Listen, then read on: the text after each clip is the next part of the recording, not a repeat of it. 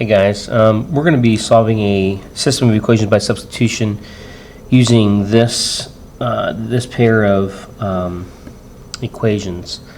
What makes this a little bit unique is that typically our numbers are not this high. I got this from a real-world problem, and for those who have me as a teacher, we can talk about that problem, where that problem actually comes from. But for now, let's just say this is our problem. Now, what I'm going to do is I'm going to solve this without actually taking the normal steps that the book talks about. The main reason why is because I don't want to get too flooded with what we're supposed to do next and next and next and next. I want you to kind of understand the concept of why we do what we do, where substitution even comes from, and all of that jazz. So bear with me. Again, if this doesn't make sense, feel free to visit my other 3 videos that I have on this exact subject. So let me try to make this as clear as I can. All right. Now, goal. The end result is we want to know where both of these lines. Now, this is a line on the coordinate plane. This is another line on the coordinate plane. We want to know where do they both meet up at? Where do they intersect? Okay. And that part is called the solution. That's what we want to know. What is the solution? Right? And so typically that's an ordered pair. That's an X and Y pair. Problem is, we don't know what X and Y are. So what we need to do is we need to figure out, okay, how do we get there? Now if you notice, look at the pair of equations that I have. This has a 2 in front of the X, this has a 3X, this has a 3Y. The only one that does not have a coefficient in front of it is this one, which makes this actually the best equation to start with, because there's nothing in front of that y, so y equals something. The problem is with this one, though, that 3x is up front. It's kind of clouding. It's in the way, so to speak. So we got to get rid of that, so y equals something, right? So if I can figure out what y is, I can plug that in to this y and solve for x. So that's what we're going to do. So let's take 3x plus y equals 163, and let's get rid of that 3x. Let's get rid of it. Well, the only way you can get rid of that, so to speak, mathematically, is to subtract it. It's a positive 3x, so on a minus 3x. That's how you get rid of it. The problem is this is an equation. Equation's kind of like a seesaw, okay?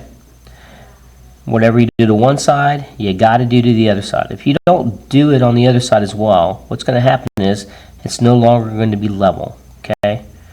Right? So if I've got, 5 pounds here, and I've got 5 pounds here, if I take one away, right, I got to take one away here too to maintain that balance. If I decide to add an apple here, I've got to add an apple over here too. Okay? So whatever we do to one side, we've got to do to the other side. Okay? We've got to maintain that equality. Right? And that's what we're doing here. So if I want to subtract 3x from this side, I gotta subtract 3x from this side. The only problem that we have here, though, is if we do that, this will cancel out. Obviously, this will be no more. We'll get our beloved y, but we'll get 163 minus 3x. So it doesn't become more clear. It's actually a little bit still kind of clouded, but we do have something we can work with. This is y, okay? Not a number, it's just an algebraic expression, but it gives us a place that we can start. So basically what we're going to do is we're going to take this value of y, that's what y equals to, we're going to take that and we're simply just going to plug this in to the other equation, right there where y is, okay? So now my equation is going to be 2x plus 3y. Remember, y is now 163 minus 3x. Okay? I'm going to multiply 3, because remember, 3y means 3 times y. I'm going to multiply 3 times that algebraic expression. Okay? So let's go and finish it up.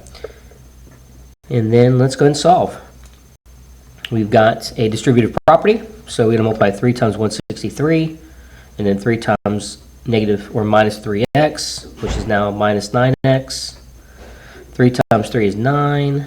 3 times 6 is 18. Carry the 1. 4. Okay. And then I've got 174 over here.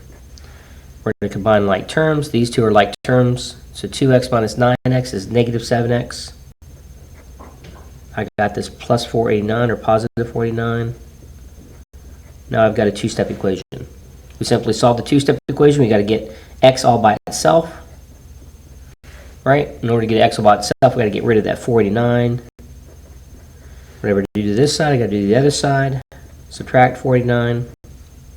This cancels out. And I will get, well, let's find out what this is. I haven't thought that far ahead to actually solve this. Well, we can't subtract here, can't subtract here. Okay, I see what it is. So it's going to be a negative number. Okay, makes sense. So the difference is, well, I just got to find the difference. So it's going to be 5, 1, 3. Just double checking my math here. 4 plus 5 is 9. 7 plus 1 is 8. 3 plus 1 is 3. Okay, yeah, so it's negative. And I've got this negative 7x here. Okay, so negative 7x equals negative 315. Got to get rid of that negative 7, so how do I get rid of it? Well, right now it's being multiplied by x. That's what negative 7x means. Negative 7 times x. So I divide both sides by negative 7. Divide both sides by negative 7. Okay, and I should have it somewhere. Let's find out. 7, so negative divided by negative is a positive, so 7 dividing into 31, I believe it's going to be 4. 28, 35, 7 goes to 35 5 times, so that's 45. Okay, so that's 45. Now, we've got, remember our goal is to get x and y. Well, we got x now. We got 45. We kind of have y, but the problem is you don't want to write down 45 comma 163 minus 3x. Okay, that's not going to really work too well. You can't graph that. But here's what you can do. All you need to do now is take what you just found, which is x equals 45, take that and just plug it into the equation that we just worked with, that we just utilized to get to here, right? Right? Remember, we manipulated this, changed this equation to y equals 163 minus 3x, took the value of y, put it in here, figure out what x was. Now let's take x and plug it back in here to figure out the actual numerical value of y instead of staying with the algebraic value, right, with this expression. So let's just plug it in. Plug it in and solve it out. So y equals 163 minus 3x. In this case, 3 times 45. Okay, 3 times 45. Let's see, 5, 1, 12, 13. 163 minus 135. And that should be 28, I believe. That's it. You've got your x, you got your y, so that's your solution. So your solution is going to be 45, comma, 28. And that's going to be your ordered pair. That's going to be where these two equations meet, okay? Obviously, we cannot graph that because I don't have a graph paper that big. But you could, if you wanted to, just FYI, if you did want to graph this, what you could do instead of just use your centimeter graph, and instead of actually going by 1, you could go maybe by 5, by 3. So I could do 5, 10, 15, 20, 25, 30, 35, 40, 45, 50. You know, can I stop at 50 here? And do the same thing down here. So you could do that on your y-axis, on your x-axis. And you could probably actually do graph. You can't graph this, but it's just, it would take a while. Okay. Anyways, but that's it. That's just an example without using the steps. Just kind of explaining why we do what we do. Okay. So again, I take one that's easy. I have a y here, I have a coefficient here, coefficient here, coefficient here. This is the easy one, so I get rid of the 3x, move it to the other side. Now I've got y equals an algebraic expression. Take this algebraic expression, plug it in to the other equation, solve for x, get the value for x, plug it back into the expression that I used to find y, and you're done. There is a lot of substitution. Obviously, we're going to have to manipulate that, substitute that in. So we substitute once, solve, substitute again, solve. So there's 2 substitutions in order to actually solve this system of equations. Hopefully that made sense. If not, please leave comments down below. If there's another question or maybe another problem that is giving you hassle, feel free to ask.